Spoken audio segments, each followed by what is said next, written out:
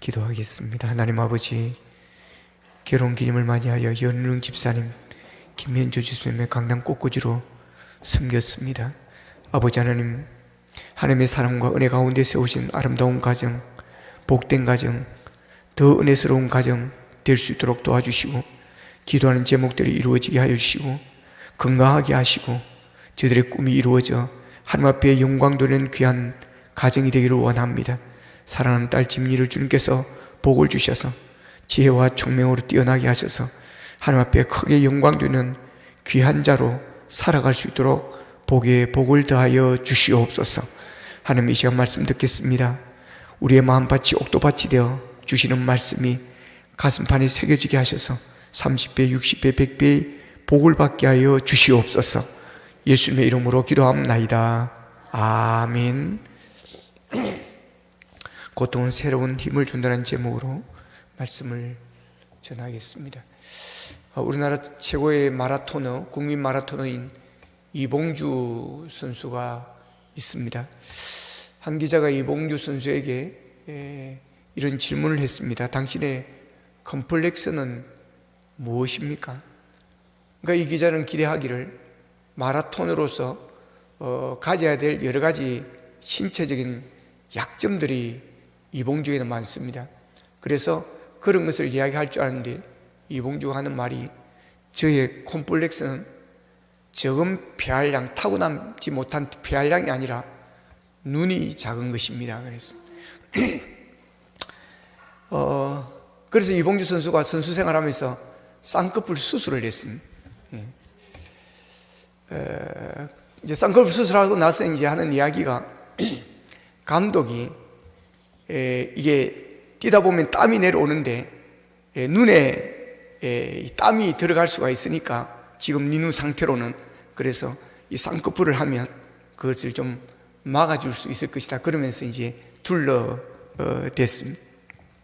그러면서 하는 말이, 눈이 큰 사람들은 눈이 작은 사람들의 괴로움을 모른다 그랬습니다.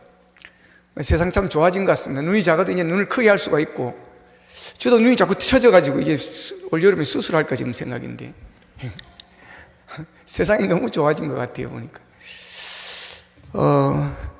이 이봉주는 한때 1992년 바르셀로나 올림픽 금메달리스트 때인 황영조 선수의 심장이 미치도록 갖고 싶다, 이런 말을 한 적이 있습니다.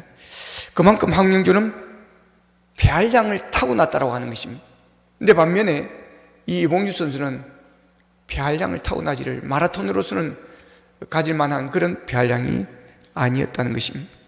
그럼에도 불구하고 이봉주 선수가 세운 우리나라 한국 최고 기록이 2시간 7분 20초인데 아직 20년이 넘게 그 기록을 아무도 깨지 못하고 있습니다. 이봉주는 마라톤으로서의 약점 투성이라고 합니다.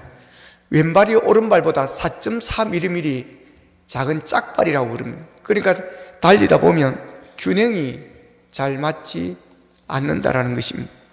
그래서 거북이 마라톤이라고 불릴 만큼 스피드가 약했습니다. 100m를 전력 질주하면 보통 12초에서 13초, 11초, 12초 빠른 사람들이 이렇게 들어오는데 그는 14초, 15초에 들어온다는 것입니다. 그만큼 스피드가 부족하다는 것입니다. 그래서 그 부족한 스피드를 채우기 위해서 그는 지구력으로 그것을 보충을 만회를 했습니다. 그런데 이봉주에는 말제분이 있어서, 말주변이 있어서 말을 재밌게 한다고 합니다. 한 번은 초등학교 운동회 때 학부형 달리기가 있었는데 그때 일화를 이야기했습니다. 자기는 안 나가려고 막 그랬는데 주위에서 막 계속 나가라고 그래 해가지고 어쩔 수 없이 나갔습니다. 왜냐하면 자기는 장거리 같은 건 모르겠는데 이 단거리는 자기가 약하기 때문에 그랬습니다. 그래서 나가서 달렸는데 3등을 했습니다. 이봉주 달린다고 하니까 사람들이 막 기대를 하고 있었는데 3등을 하고 들어왔습니다. 그 일을 두고 이봉주는 이렇게 이야기합니다. 자기를 제치고 1, 2등을 한 그 사람들은 평생 자랑하고 다니겠지요. 이봉주를 내가 꺾은 사람이라고 그런 말을 했습니다. 이봉주는 마라톤으로서 폐활량, 스피드, 짝발 등 불리한 조건들을 타고났습니다. 그러나 이런 불리한 조건을 극복하려고 노력하다 보니까 어느덧 국민 마라토너가 되어 있더라는 겁니다. 그는 마라톤으로서 여러 가지 불리한 조건들이 많다 보니까 쫓아가려고 하면 다른 사람보다 더 땀을 흘려야 됐고 거리를 늘려서 달렸다는 것입니다. 그러다 보니까 지구력이 제일 강한 자가 되어졌습니다. 그럼 미국 애틀랜타 올림픽에서 3초 차이로 금메달을 놓쳤습니다. 그때 그는 그런 말을 합니다. 내가 금메달을 따지 못한 것은 나태해지지 말라는 하나님의 뜻이라 그랬습니다. 이봉주는 아주 낙관적인 사람이라고 합니다. 나쁜 일이 생기면 금방 잊어버리고 앞만 보고 달린다는 것입니다. 이봉주 선수가 이런 말을 했습니다. 나는 나의 약점 덕에 강점이 많이 생겼다 그랬습니다. 이봉주의 그 약점이 오히려 이봉주를 더 강하게 만들었고 이봉주를 더 유능하게 만들었습니다. 그래서 마라톤으로 부족한 조건을 극복하고 세계적인 마라토너가 되었습니다. 거친 파도는 사공을 유능하게 만든다고 그럽니다. 오늘 본문에 나오는 바울은 여기저기 복음을 전하러 다닐 때 수많은 사람들이 바울을 해치고 죽이려고 했습니다. 사도행전 23장 14절에 보면 대제사장들과 장로들에게 가서 말하되 우리가 바울을 죽이기 전에는 아무것도 먹지 않기로 굳게 맹세하였으니 그랬습니다. 정말 무서운 사람입니다. 얼마나 바울이 싫었으면, 얼마나 바울이 미웠으면 여러분 이렇게 지독했겠습니까? 바울은 가는 곳마다 복음을 전하였고 가는 곳마다 죽이려고 하는 악한 사람들이 이리떼처럼 그렇게 달려들었습니다. 마치 굶주린 이리가 먹이를 보고 달려드는 것 같은 그런 모습입니다. 그러나 바울은 그때마다 더 하나님 앞에 기도하고 엎드렸습니다. 그 악한 세력들을 자기의 힘으로는 감당할 수가 없음을 알았기 때문에 그는 그럴수록 하나님께 엎드려 기도했습니다. 그러면 그때마다 하나님은 나타나셔서 바울을 격려했습니다. 한 부자가 있었습니다. 그는 무인도를 하나를 구입을 했습니다. 거기다 나무를 심고 곳곳에 꽃을 심어서 아름다운 섬을 만들었습니다. 그리고 거기에다 자기가 좋아하는 토끼를 키웠습니다. 그런데 시간이 지나면서 토끼들은 눈빛이 흐려지는 것입니다. 털에 윤기가 사라지면서 병든 토끼같이 되어졌습니다. 드디어 시름시름 앓기 시작합니다. 부자는 탄식하였습니다. 이렇게 좋은 환경에 병이 들다니. 수의사를 불렀습니다. 수의사가 와서 검진을 해보지만 아무 이유를 찾을 수가 없습니다. 그래서 고개를 절레절레 흔들면서 돌아갔습니다. 지혜로운 랍비를 찾아갔습니다. 그 이유를 물었습니다. 그러자 그는 껄껄 웃으면서 그럽니다. 이리를 같이 키우십시오. 그러니까 이 사람이, 이 부자는 놀라서 그럽니다. 아니, 이리를 키우면 그 토끼들을 다 잡아먹으면 어떻게 합니까? 그랬습니다. 그자 랍비가 그럽니다. 토끼의 병은 환경이 너무 좋아서 생긴 병입니다. 이리와 함께 있으면 이리에 안 잡혀 먹히려고 이리 뛰고 저리 뛰고 그럴 것입니다. 그러면 눈빛이 빛나게 될 것이고 다리가 강해질 것입니다. 털에 윤기가 흐를 것입니다. 그래서 이리와 같이 키웠습니다. 토끼들을 몇 마리 잡아먹기는 했지만 거의 모든 토끼들이 다 건강해졌습니다. 우리 민족이 미국으로 이민 간 것이 어느덧 100년이 지났습니다. 하와이 사탕 수수밭에 노무자로 간 것이 미국 인민의 역사의 시작입니다. 거기서 갔을 때 백인들은 우리 민족을, 우리 한인들을 흑인의 노예 취급하듯이 그렇게 무시하고 또 무시했다는 것입니다. 그러니 우리나라에서 잘 살던 인격적인 대우를 받은 사람들이 여러분 그런 노예 취급을 받으니 얼마나 힘들었겠습니까? 그래서 그들은 밤마다 울었다는 것입니다. 그렇다고 돌아오자니 돌아올 수도 없었습니다. 너무나 사람 취급을 하지 않게 너무 화가 났습니다. 그래서 사탕수수밭에 불을 확 질러버렸어요. 그동안 사탕수수가 물을 익으면 모두 베어서 그것을 날랐습니다. 사탕수수 잎사귀를 다 다듬습니다. 그리고 가마솥 넣고 끓이면 사탕이 우러나온 후에 물은 증발시키고 사탕이 남아있습니다. 근데 불을 지르고 나니까 잎사귀가 다 타버렸습니다. 수수 대만 남았는데 물기도 다 사라져버렸습니다. 근데 놀랍게도 그 안에 사탕은 하나도 빠지지 않고 있었다는 것입니다. 그러니 운반이 간단해진 것입니다. 그리고 밭에 재가 되어서 그것이 거름이 되어지는 것입니다. 그래서 그 뒤로 사탕수수 추수 방법이 완전히 달라졌습니다. 그래서 요즘엔 사탕수수 추수할 때가 되면 완전히 그 사탕수수밭이 불바다가 되어진다는 것입니다. 한국인이 개발한 사탕수수 추수 방법입니다. 열받아서 사탕수수밭에 불을 질렀는데 오히려 그게 더 유익이 되어졌습니다. 악한 사람은 오히려 우리를 생존하게 만드는 것입니다. 이래가 토끼들을 강하게 만들었듯이 악한 자들이, 우리를 괴롭히는 자들이 오히려 우리를 생존하게 하는 것입니다. 바울을 힘들게 하고 괴롭게 한 악한 사람들은 바울을 더 기도하게 만들었고, 바울을 더 하나님 앞에 깊이 나아갈 수 있도록, 깊이 거제할 수 있도록 만들어 주었습니다. 바울은 다메섹으로 도망간 성도들을 잡아서 데려오는 것, 감옥에 넣는 것, 그들을 죽이는 것이 그의 목표였습니다. 그런데 다메섹으로 가는 중에 정오의 빛보다 더 강한 빛이 하늘로부터 내려와서 눈이 멀게 만들어 버렸습니다. 그러면서 그가 예수님을 만난 것입니다. 사도행전 9장 4절에 보면 그때 예수님이 이렇게 말합니다. 사울아 사울아, 네가 어찌하여 나를 박해하느냐? 주여, 네시 오니까 나는 네가 박해하는 예수라 그럽니다. 그런 다메섹으로 질질 끌려갑니다. 그곳에서 아나니아를 만납니다. 사도행전 9장 15절 16절에 보면 주님이 아나니아에게 이렇게 말합니다. 주께서 이르시되 가라. 이 사람은 내 이름을 이방인과 임금들과 이스라엘 자손들에게 전하기 위하여 택한 나의 그릇이라. 그가 내 이름을 위하여 얼마나 고난을 받아야 할 것을 내가 그에게 보이리라 그럽니다. 바울은 인생의 거친 풍랑을 헤치면서 주의 복음을 전하기 위해서 일생을 바쳤습니다. 마지막에는 복음을 위하여 목이 잘려 순교당합니다. 바울의 머리카락을 모아쥐고 칼을 들고 물었습니다. 마지막 소원이 뭐냐? 단칼에 목을 베어 주십시오. 당시 사형수들에게 고통을 주려고 일부러 무딘 칼을 가지고 목을 몇 번이고 찔렀다고 그럽니다. 마지막 소원에 따라 단칼로 목을 베었습니다. 목이 베는 순간 바울의 머리가 3번을 튕겨서 굴러갑니다. 그 3곳에 물이 솟아났다는 것입니다. 바울은 풍랑이 강하면 갈수록 자신도 더 강해졌습니다.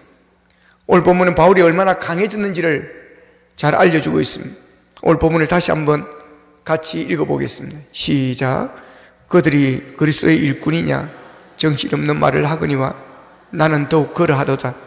내가 수고를 넘치도록 하고 옥에 갇히기도 더 많이 하고 매도 수없이 맞고 여러 번 죽을 뻔하였으니 유대인들에게 40에 하나 감한매를 5번 맞았으며 3번 태장으로 맞고 1번 돌로 맞고 3번 파선하고 일주야를 깊은 바다에서 지냈으며 여러 번 여행하면서 강의 위험과 강도의 위험, 동족의 위험과 이방인의 위험과 시내의 위험과 광야의 위험과 바다의 위험과 거짓 형제 중에 위험을 당하고 또 수고하며 애쓰고 여러 번 자지 못하고 줄이며 목마르고 여러 번 굶고 춥고 헐벗었노라. 이 외에 이런 고사하고 아직도 날마다 내 속에 누리는 일이 있으니 아멘. 바울은 당시 엘리트였습니다. 권력을 누리며 살 수 있는 바리새인이었습니다. 좋은 곳에 취직을 해서 얼마든지 편안하게 살 수 있는 가마리알 문화생 최고 지성인이었습니다. 그러나 그는 편안한 환경을 거부하였습니다. 주님을 위해서 고통스러운 환경을 선택한 사도입니다. 한없는 고통이 계속되는 환경 속에서 살게 된 바울은 항상 하나님을 의지하지 않으면 안 되었습니다. 늘 기도하였고 하나님의 보호하심을 간구하였습니다. 한시도 하나님을 의지하지 않고는 살 수가 없었기 때문입니다. 바울을 태운 배가 풍랑으로 14일간 죽음의 계곡을 헤매고 있었습니다. 배에 타고 있던 276명은 모두 다 죽을 수밖에 없는 그런 상황이 되었습니다. 그때 바울은 어떻게 했습니까? 하나님께 엎드려 기도했습니다. 이 풍랑을 헤치고 여기서 생존할 수 있는 방법은 하나님이시다. 아무리 풍랑이 거세다 할지라도 하나님이 멈추시면, 하나님이 살려주시면 살 수 있다고 믿었기 때문에 그렇습니다. 여러분에게 이런 믿음이 있기를 축복합니다.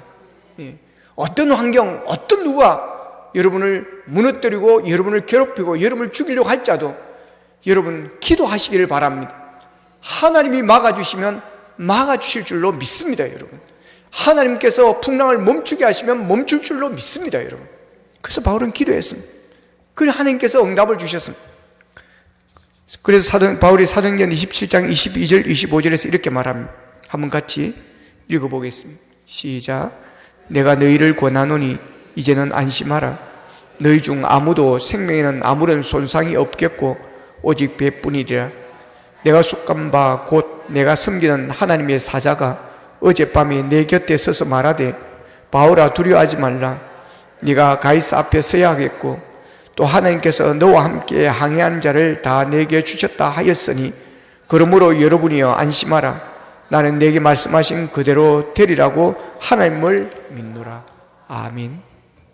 하나님을 믿노라. 하나님을 믿노라. 정말 여러분 사도 바울처럼 하나님을 믿기를 축복합니다. 바울은 항상 기도할 수밖에 없었습니다. 바울은 이런 거칠고 고통이 따르는 환경을 피하지 않았습니다. 왜냐하면 하나님이 함께 하심을 믿었기 때문에 그렇습니다. 그래서 그런 환경 때문에 더 기도할 수밖에 없고 더 하나님을 찾을 수밖에 없었습니다. 그렇게 하나님은 바울에게 특별한 은총을 베풀어 주었습니다. 바울은 고통을 통해서 특별한 은총을 입고 새로운 힘을 얻었습니다. 그래서 더 강해졌고 더 유능해졌습니다. 감옥에 갇혔는데 옥문이 열리는 기적이 일어났습니다. 바울의 손수건과 앞치마를 갖다 대면 병이 낫는 기적이 일어났습니다. 바울은 많은 교회를 개척하여 세계 복음화를 이루는 터전을 세웠고 신약성경 13권을 기록을 합니다. 시편 119편 71절에서 다윗은 이렇게 말합니다. 같이 읽어보겠습니다. 시작.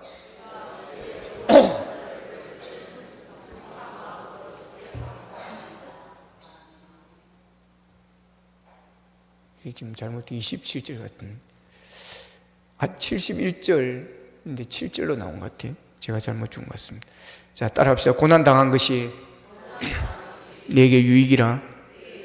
이로 말미암아 내가 주의 율례를 배우게 되었나이다. 아멘. 무슨 말입니까? 고난에 하나님의 뜻이 있다고 하는 것입니다. 믿으시기를 축복합니다. 고난이 우리를 망하게 하고 실패하게 하고 우리를 패배하게 만들려고 하는 것이 아니라 고난 속에 하나님의 뜻이 있다고 하는 것입니다. 하나님께서 우리에게 주시는 고난과 고통은 오히려 우리를 유익하게 만들어준다는 것입니다. 그래서 다윗은 고난으로 말미암아 내가 주의 율례를 배우게 되었나이다. 이 고난을 통해서 주의 율례를 배웠다는 것입니다. 주의 말씀을 배우게 되었고 주의 말씀을 이해하게 되어졌고 하나님을 알게 되었고 하나님을 이해하게 되어졌다고 하는 것입니다.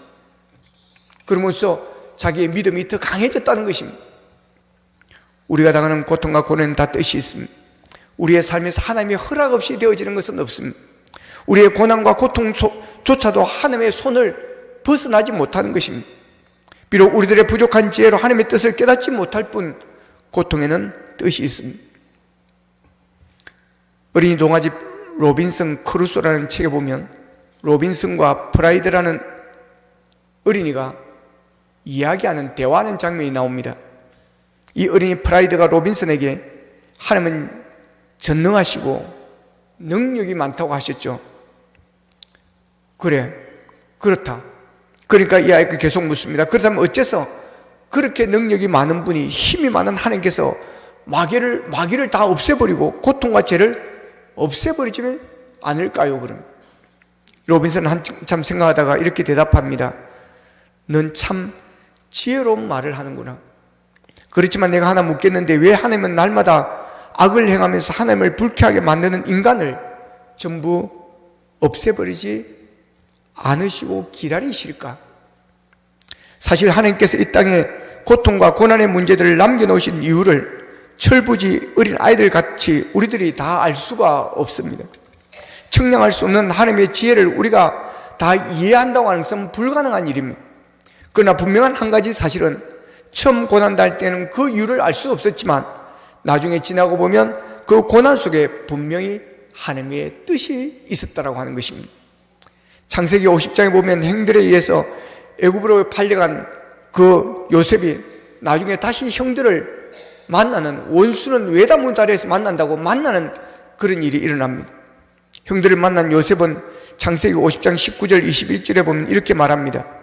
형들이여 두려워하지 마소서. 내가 하나님을 대신하리이까. 당신들은 나를 헤아려 했으나 하나님은 그것을 선으로 바꾸사 오늘과 같이 많은 백성들의 생명을 구원하게 하셨나니 당신들은 두려워하지 마소서. 내가 당신들과 당신의 자녀를 기르리이다 하고 그들을 간곡한 말로 위로하였더라 그랬습니다. 요셉이 당한 고난에는 하나님의 뜻이 있었습니다. 보잘것없는 한 유대 청년을 애굽의 총리 대신으로 세워서 나라를, 가족을 살리려고 하는 그런 목적이 있었습니다. 그래서 그를 고난 가운데로 던지셨던 것입니다. 그래서 요셉은 미디안 상인들의 손에 넘겨지게 됐고 애굽으로 돌아가서는 바로 왕의 신하인 경호실장인 보디발의 집에서 종사를 하게 되어지는 것이고 나중에는 감옥에 가지만 고위 관료들이 수감되어지는 그런 감옥에 들어가게 되어집니다. 요셉이 고난당한 것은 하나님의 승리라고 그는 그렇게 고백을 합니다. 요셉의 인생을 통해서 우리가 알 수 있는 것은 하나님의 뜻과 상관없이 이루어지는 것이 하나도 없다라고 하는 것입니다. 그러므로 지금 우리가 당하고 있는 고난에도 하나님의 뜻이 있음을 믿으시기를 바랍니다. 하나님의 특별한 섭리가 있다는 것입니다. 역사적으로 가장 훌륭한 음악 작곡가는 말할 것도 없이 요한 세스바천 바하입니다. 바하의 음악은 장미처럼 아름답다고 그럽니다. 그러나 그의 생애는 쓰라린 고난의 연속이었습니다. 부모님이 일찍 세상을 떠났습니다. 그래서 형의 손 밑에서 그가 자랍니다. 그런데 형은 이 아이가 미워했습니다. 그래서 이 자라면서 많은 상처를 입습니다. 바하는 악조건 속에서 성장해서 마리아라는 여자와 결혼하여 7명의 자녀를 낳습니다. 그러나 레오폴드 후작과 외국에 연주 여행을 갔다 왔더니 아내가 죽었습니다. 36세의 나이로 죽었고 그가 돌아오니까 이미 장례가 다 끝나버렸습니다. 그래서 재혼했습니다. 아들 11명, 딸 9명 모두 20명의 자녀를 두었습니다. 그런데 20명 자녀 중에 10명이 죽고 10명이 남았습니다. 10명 자녀 모두를 자기 손으로 땅에 묻었습니다. 살아남은 10명 자녀 중에는 정신박약아도 있었습니다. 바하는 노년의 장님이 되었습니다. 설상가상으로 뇌출혈로 반신불수가 됩니다. 가정은 극빈 가정이 되고 말았습니다. 둘째 아내 안나 마크달레나가 세상을 떠납니다. 장례를 치를 돈이 없어서 빈민구제위원회에 장례를 맡길 수밖에 없었습니다. 이런 고난 속에서 그는 인생을 깊이 알게 되었습니다. 그런 고난 속에서 수많은 사람들과 아픔을 같이 하는 그런 음악을 만들 수가 있었습니다. 물은 바위와 부딪힐 때 아름다운 소리를 내는 것입니다. 큰 고난, 계속되는 고난, 참기 어려운 그런 고난이 바하를 세계 최고의 음악가로 만들었습니다. 바하는 오라토리오 칸타나 작곡을 끝내고 나서 꼭 오선지에 SDG라고 이렇게 사인을 했습니다. 솔리데오 글로리아 SDG, 오직 하나님의 영광을 위하여라고 SDG라고 이렇게 사인을 했습니다. 그리고 오래간 연주곡을 작곡하고 나서는 꼭 INJ라고 사인을 했습니다. In the name of Jesus, 오직 예수 이름으로, 오직 예수 이름으로.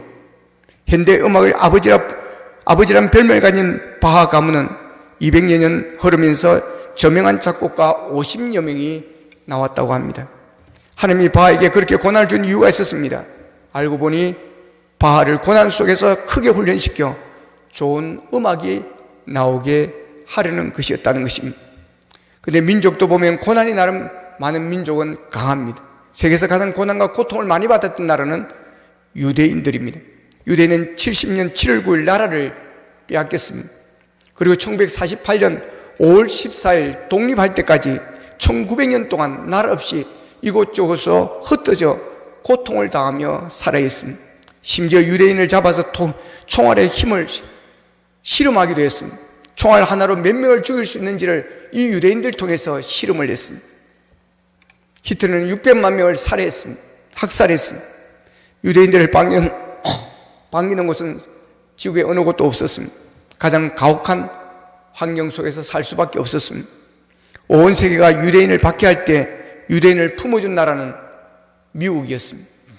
2차 대전 후 몰려드는 유대인들을 미국은 허드슨 강변을 내어주었습니다. 열악한 험악한 땅이었습니다. 거친 환경이었습니다. 유대인들은 옹벽을 쌓아서 허드슨 강이 범람하지 못하도록 만듭니다. 그리고 금융사업을 시작합니다. 지금은 온 세계 금융의 중심지가 되었고 월가, wil가가 되었습니다. 세계 문명을 꽃피운 민족이 유대인이 되었습니다. 0.3%밖에 안 되는 민족이 지금 세계를 지배하고 있습니다. 유대인의 속에는 고통과 고난의 환경을 이길 수 있는 DNA가 형성되어 있다고 합니다. 거친 환경은 하나님께 더 가까이 가게 만들고 더 많은 하나님은 그런 자에게 복을 부어주셨습니다. 그렇습니다. 고통의 환경이 생존하게 하였고 그 고통은 새로운 힘을 주었습니다. 더 유능하게 만들어 주었습니다. 바울이 그랬습니다. 좋은 환경을 버리고 고난과 고통을 선택한 바울은 인류 역사상 세계 최고의 사도가 되어졌습니다. 팔이나 다리가 부러지고 나서 다시 붙으면 그 자리는 절대 부러지지 않는다고 그럽니다. 악교질이 많이 나와서 너무나 단단하게 굳었기 때문에 다른 곳이 부러지면 부러졌지 한번 붙인 자리는 부러지지 않는다고 합니다. 고난이 오고 시련과 고통이 있는 환경에서 견디면 더 단단해집니다. 그렇다고 일부러 팔다리를 부러뜨릴 필요는 없습니다. 고난과 고통의 환경에서 놀라운 일이 벌어진다고 일부러 그런 환경을 만들 필요는 없습니다. 살아가다 보면 자연히 우리에게는 그런 환경들이 다가오게 되어 있습니다. 그런 환경을 이겨내면 더 놀라운 일들이 일어나는 것입니다. 우리는 고난과 고통을 통해서 하나님께서 주신 더 넓고 더 귀한 복을 받아야 할 것입니다. 그 고통을 통해서 나를 어디에 쓰시려고 하나님 이러십니까? 라고 우리는 물어야 할 것입니다. 그래서 우리는 고통을 당할 때 좌절하지 말고 소망을 가져야 하는 것입니다. 어둠은 어둠으로만 보지 말고 어둠 가운데 빛나는 별을 보시기 바랍니다. 깜깜한 어둠 속에서 찬란한 아침을 보아야 하는 것입니다. 뉴욕에 산 한국인 식당을 하는 분이 있습니다. 한국인만이 아니라 외국인들도 많이 그 식당을 이용하게 되어서 그 식당이 되게 잘 되었습니다. 번창했습니다. 이 집에는 아들 하나, 딸이 하나가 있는데 큰애가 딸이었는데 이 예쁜 딸이 납치가 되어버렸습니다. 강도들이 식당 문을 열 때 권총으로 위협해서 자동차 트렁크에다가 잡아놓고 도망을 쳤습니다. 그리고 아버지에게 전화를 걸어서 협박합니다. 무려 14시간이나 실랑이를 벌였습니다. 트렁크 안에 갇힌 딸의 심정이 어떠했겠습니까? 좁고 컴컴한 공간에 갇혀 강도들이 자신을 어떻게 할지 모른다는 생각에 얼마나 두려웠겠습니까? 그런데 그때 이 아이에게는 두려운 마음보다 회개할 마음이 생기더라는 것입니다. 그래서 그는 기도합니다. 하나님께서 우리 집에 큰 은혜를 주셔서 이민 온 다른 사람들은 어려움을 겪고 있는 가운데 우리 집은 번창하였는데 그 은혜를 저버리고 주일날 예배도 드리지 못하고 11조도 하지 못하고 봉사도 제대로 하지 못했습니다. 오직 돈 벌기에만 바빴습니다. 하나님께서 껴춤을 주시려고 여러 번 경고하셨는데 무시하였습니다. 하나님, 우리가 범죄했습니다. 그렇게 기도하면서 트렁크 안에서 그는 회개를 했습니다. 여러분 신기하지 않습니까? 이런 엄청난 일 앞에서 하나님 왜 나입니까? 왜 이런 일이 일어나는 것입니까? 왜 미국으로 보내셨습니까? 라고 원망과 불평하기 쉬운 것입니다. 하나님 살려주세요 하면서 벌벌 떨면서 울고 있을 수밖에 없는 그런 상황입니다. 그런데 그 딸은 진심으로 회개를 했습니다. 그렇게 한참을 회개하고 나니까 다음에는 감사의 기도가 나오더라는 것입니다. 그래도 내가 잡혀가는 것이 낫지 어린 동생이 잡혀갔으면 어떻게 됐을까? 이런 마음이 들더라는 것입니다. 결국은 아버지가 범인들에게 돈을 건네주는 그런 현장에서 FBI와 경찰이 공개해서 범인을 잡았다고 합니다. 14시간 만에 트렁크에서 나왔습니다. 사람들은 아이가 많이 상했을 줄 알고 몹시 긴장했습니다. 그런데 아이는 머리털 하나 상하지 않냐고 성령 충만한 모습으로, 밝은 모습으로 나왔습니다. 어떻게 그렇게 된 것입니까? 차 트렁크 안에서 14시간 동안 은혜스러운 부흥회가 열렸기 때문입니다. 14시간 동안 힘들지 않았냐는 질문에, 아니 벌써 14시간이 지났습니까? 나는 2-3시간밖에 지나지 않은 것 같습니다 라고 대답을 했습니다. 간절히 기도하다 보니까, 은혜 받다 보니까 시간 가는 줄을 몰랐다는 것입니다. 이런 엄청난 고난도 이 정도로 소화하면 별것 아니지 않습니까? 오히려 하나님의 고귀한 은혜를 경험하는 복된 사건이 되지 않습니까? 여러분, 고난이 우리를 삼키려고 합니까? 겁내지 마십시오. 그리고 여러분이 지금 걸어가고 있는 잘못된 길을 그 고난을 통해서 바로 잡으려는 하나님의 손길이 아닌지 살펴보시기를 바랍니다. 그리고 죄악된 삶을 버리고 주님의 말씀에 순종하시길 바랍니다. 그러면 문제는 해결됩니다. 진정한 축복이 그때부터 시작이 되어집니다. 고난과 고통은 우리로 하여금 하나님께 더 가까이 만드는, 나가게 하는 징검다리가 되고 우리를 더 강하고 더 새로운 일을 이끌어갈 수 있는 그런 역사가 일어나게 되어짐을 기억하시기를 바랍니다. 찬송가 373장에서 이렇게 노래합니다.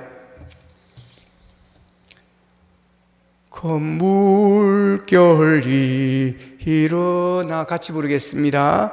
저 천국 2절 다시 큰 물결이 2절 시작. 물결이 일어나 나 쉬지 못하나 이 풍랑으로 인하여 더 빨리 가합니다.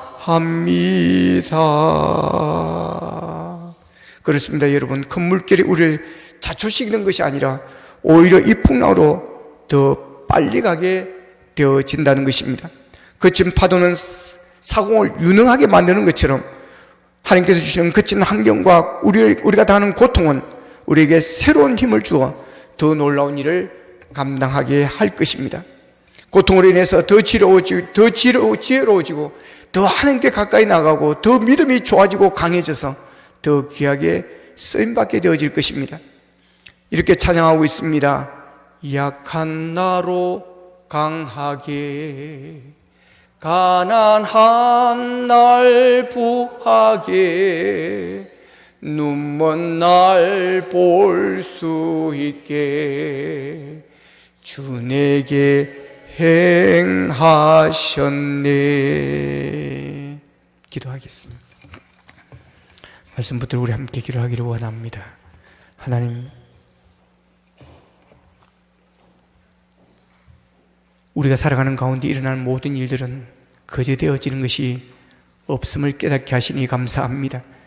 우리가 당하는 고난, 고통 가운데서도 하나님이 함께 하심을 믿고 그 가운데 하나님의 섭리가 있음을 믿고 우리가 이겨내기를 원합니다. 극복되기를 원합니다. 그 일로 통하여 더 우리가 주님 앞에 가까이 나가기를 원합니다. 그것을 통해서 더 하나님 앞에 엎드리기를 원합니다. 아버지 하나님, 그리하여 그 고난이 우리에게 새로운 힘을 주며 새로운 능력을 주는 그런 고통, 고난이 되어 오히려 그 고난과 고통이 우리에게 유익을 주는 일들이 일어나기를 원합니다. 약한 너로 강하게 하시고 가난을 부하게 하시고 눈먼 날 볼 수 있는 일들이 이 고난을 통해서 일어나게 도와주시옵소서. 아버지며 절망하지 않게 하시고 낙심하지 않게 하시고 포기하지 않게 하여 주시고 아버지 하나님의 능력을 붙들고 아버지의 기도함으로 새 힘을 얻어 아버지 다시 일어나 승리할 수 있도록 도와주시옵소서. 다 같이 기도드리겠습니다. 사랑하신 아버지 하나님 감사하고 감사합니다. 오늘 또 말씀을 통해서 힘을 얻게 하시니 감사합니다. 용기를 얻게 하시니 감사합니다. 꿈을 가지게 하시니 감사합니다. 소망을 품게 하시니 감사합니다. 하나님 아버지, 우리가 겪는 모든 고통과 시련 우연이 없으며 그냥 되어지는 것이 없음을 깨닫게 하시니 감사합니다. 아버지 하나님의 이 속에서 섭리가 있고 하나님의 뜻이 있음을 우리가 깨닫게 하여 주시고 더 기도하게 하여 주시고 더 능력받게 하여 주셔서 아버지 사도 바울처럼 더 위대하게 쓰임받으며 요셉처럼 아버지 하나님 앞에 영광 돌린 자로 설 수 있도록 도와주시를 원합니다. 아버지의 무릇이 나로 약한 나로 강하게 하시고 가난을 부하게 하시고 눈먼 날 볼 수 있게 하는 은혜의 고통이 될 수 있도록 역사해 주시옵소서. 감사합니다. 하나님, 우리가 겪는 고통과 시련, 환난 우연이 없으며 그저 있는 것이 아니며 이 모든 것 속에 하나님의 뜻이 있고 섭리가 있음을 깨닫게 하시니 감사합니다. 아버지 하나님의 어렵고 힘들고 고통스러운 시간들이 지날 때 우리가 더 하나님 앞에 기도하기를 원합니다. 엎드리기를 원합니다. 아버지 하나님, 이를 통해서 우리가 더욱더 강해지게 하여 주시고 더 하나님과 깊어지게 하여 주시고 우리의 신앙이 더 강건해질 수 있도록 도와주시옵소서. 이 고난과 고통이 약한 나로 강하게 하시고 가난한 날 부하게 하시고 눈먼 날 볼 수 있는 역사가 있게 도와주시옵소서. 예수님의 이름으로 기도합나이다. 아멘.